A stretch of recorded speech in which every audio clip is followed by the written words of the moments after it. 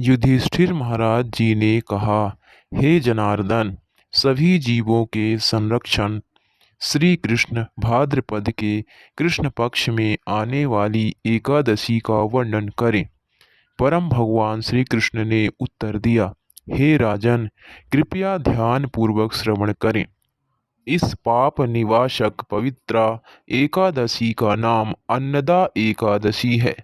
जो व्यक्ति इस एकादशी पर पूर्ण उपवास का पालन करता है और इंद्रियों के स्वामी ऋषिकेश की आराधना करता है, वह समस्त पापों से मुक्त हो जाता है।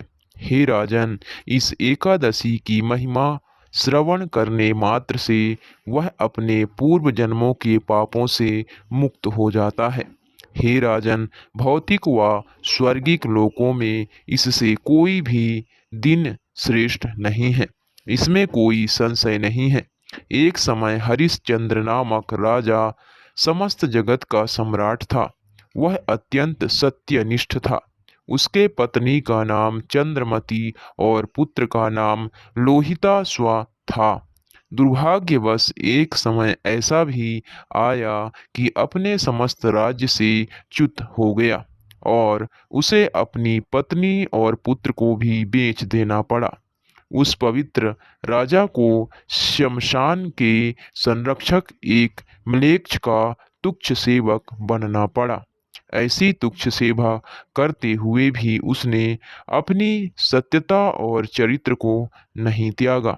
जिस प्रकार सोम रस को किसी अन्य तरल पदार्थ में मिला देने पर भी वह अपना अमरत्व का गुण नहीं खोता, राजा ने इसी स्थिति में अपने जीवन के कई वर्ष व्यतीत कर दिए। एक दिन अत्यंत दुखी हृदय से वह विचार करने लगा, मैं क्या करूं? ऐसा क्या कार्य करूं कि इस महान कष्ट से मुक्त हो पाऊं? इस प्रकार वह दुख और व्यग्रता के सागर में डूब गया। एक दिन राजा ने एक महान संत को देखा और प्रसन्नता पूर्वक विचार करने लगा। ओह, ब्रह्मा ने ब्राह्मणों की सृष्टि ही अन्यों की सहायता हेतु ही की है। हरिश्चंद्र ने आदर पूर्वक उन महान संत, जो कि गौतम मुनि थे, को प्रणाम किया। राजा ने उन्हें अपनी दुखद व्यथा कष्ट सुनाई। गौतम मुनि राजा के संताप को सुनकर अत्यंत चकित हुए और सोचने लगे, किस प्रकार राजा मृतकों के शरीर से वस्त्र उतारने का पतन हो गया।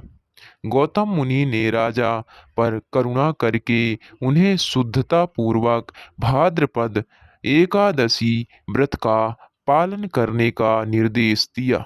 उन्होंने राजा को बताया कि इस एकादशी व्रत के पालन द्वारा वे समस्त पापों से मुक्त हो जाएंगे और सौभाग्यवश वह एकादशी आगामी 7 दिनों में ही थी।